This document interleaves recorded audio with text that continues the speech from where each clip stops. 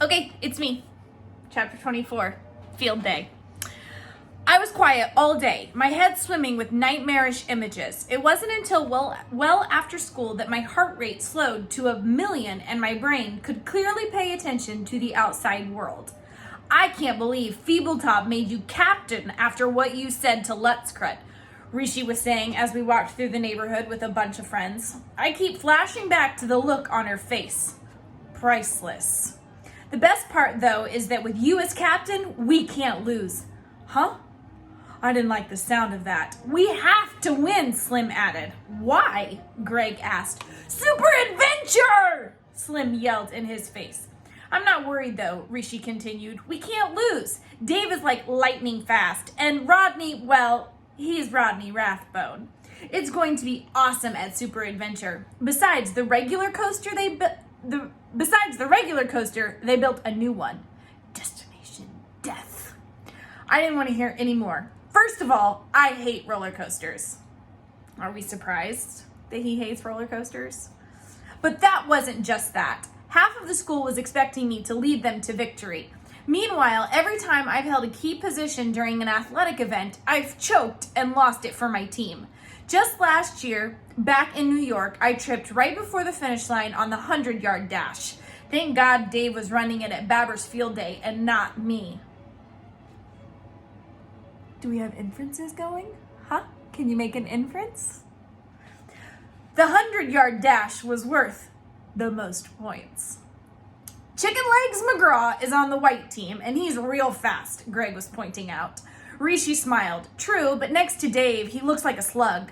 We continued walking toward the old abandoned school near the McThugs. I realized that the pressure was squarely on Dave, and not me. I began to relax a little until the hairs on the back of my neck suddenly rose. Something felt eerily wrong. Keeping pace, I looked at the driver. She wore a scarf and had big sunglasses. Something about her nose looked familiar, but I couldn't be sure. Then the car drove below a tree, and a bright glare on the windshield disappeared, revealing another woman sitting in the passenger seat. It was Mrs. Lutzkrut, following us, following me. Just as I was about to yell, the car sped off. What's with that guy? Rishi asked, pointing at the car. That was no guy. It was Mrs. Lutzkrut, and I think Longnose might have been with her. Ha! Nice one, Rodney, Rishi laughed, slapping my back. No, I'm serious. She was always kidding this guy. I didn't say any more. They wouldn't have believed me. Heck, I'm not sure I believed it. Was it her? Do you think it was her? I felt jittery all over, made an excuse to leave, and went straight home. Almost before I knew it, field day arrived. I got dressed that morning and pulled on a blue t-shirt. Besides a few odd, knowing looks, Mrs. Lutzkrut hadn't done anything else, and I approached the day with only the mild dread of having to lead half the school to victory. My mom wished me good luck as I headed toward the door. Penny wasn't quite as generous. I hope you don't mess up like in New York, she teased. Penny, my mother scolded. Wish your brother good luck. Okay, good luck trying not to mess up. With those words of encouragement, I said goodbye and walked to the bus stop. I heard the deep noise of the bus engine before I saw the familiar yellowish gold. As it approached, it seemed louder than usual, and when I climbed aboard, I realized that the racket wasn't from the engine alone. The students were cheering. Every kid in blue was chanting, Rod, Rod, Rod! Kids on the white team eyed me nervously, but said nothing. With each cheer, a knot in my stomach twisted. We walked from the bus into the cafeteria where Mrs. Lutzkrut, dressed in green, picked us up. I noticed Miss Deering was in a white tank top, not blue. Was in a white tank top. No blue, Mrs. Lutzkrut? Rishi asked. Her scowl, ever quick to show through her wrinkles, grew deeper as she blared. Keep that mouth shut if you know what's good for you. Teachers should be impartial. I root for all the students to do their best, and it doesn't matter which class they're from. Y'all know that was not what I would do. If we're blue, you know I'm head to toe in blue. Go us. Okay. I do want all the other kids to do well, but you know I got a soft spot for you guys. Then she noticed me standing nearby. And besides, Rishi, I would worry more about your captain letting you down than the color of my clothing. How did she know about my secret fear? It was almost like she was a witch who could read my mind. This was supposed to be Babber Intermediate, not Hogwarts. I was happy when we finally lined up and headed out to the field. Kayla, her arms folded across her chest, came up to me and demanded, "Okay, Captain, get to work." Did she think I'd be taking on half the school by myself? Most of the events were individual races, and a captain really didn't do much more than anyone else. I would have pointed this out to her, but people started chanting Rod again. For a while, it looked like my nervousness was unfounded, with the exception of the obstacle course, where Slim got stuck in a tire. We won every morning event, and it was during the class versus class battle of Capture the Flag that Rishi ran by saying, "We haven't won! All we have to do now is watch Dave win the 100-yard dash this afternoon. We can lose the tug of war later and still win." I nodded coolly, but exhaled, one giant sigh of relief. The rush of air got caught in my throat, however, as a scene unfolded before my eyes.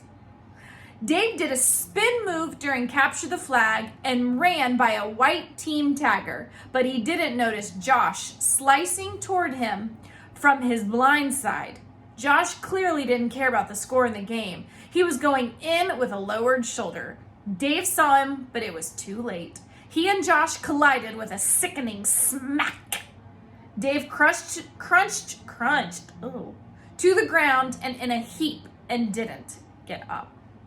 Our team stood in shock, watching Dave on the ground holding his ankle. "I can almost hear the roller coasters already," Josh murmured, walking off the field to the water table. I didn't say anything. One of my friends was on the ground crying. We huddled around him, and soon a kind, soothing tongue arrived.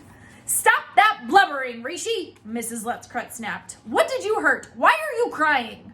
Jessica turned to her. "Dave's actually the one hurt, Mrs. Lettscrut." Dave, who was clearly in pain, sat with gritted teeth, consoling Rishi, who was stretched on the ground, shouting, "Why? Why?" "Zip it, Rishi," Mrs. Lettscrut barked, "or I'll give you a reason to cry." Then she stared down at Dave. "You'll have to go to the nurse. It seems your field day will end early." For a moment, she looked slightly compassionate. Seeing me changed that. "Don't stand there gawking. Line up to go inside. We have lunch. But before that, we need to go over homework assignments from Tuesday." Our class was somber walking in. We sat down and Mrs. Lettscrut handed out essays we had written. After returning every paper but mine, she stood over my desk and whispered, "Tisk, tisk," under my breath. What did that mean? She walked to the head of the class. I raised my hand. "Yes, Rodney?" You didn't give me back my paper." "That's because you never handed one in."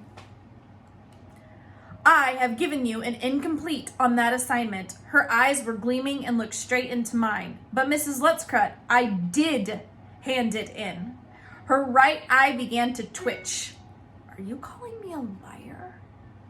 "Well, no, but I definitely wrote the assignment, and I'm pretty sure I turned it in."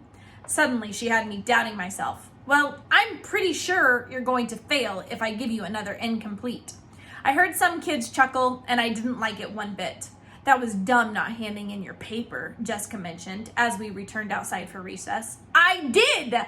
Mrs. Lettscrut must have lost it, maybe on purpose." "Oh, come on, Rodney. She'd never do that." "She did, though. Ever since Feebletop made me captain, she's been out to get me. I was cut off by Kayla and a lot of her friends." Okay, we're going to do this in 2 takes because this is 9 minutes and whew. Okay. "Oh, come on, Rodney. She'd never do that." Pause.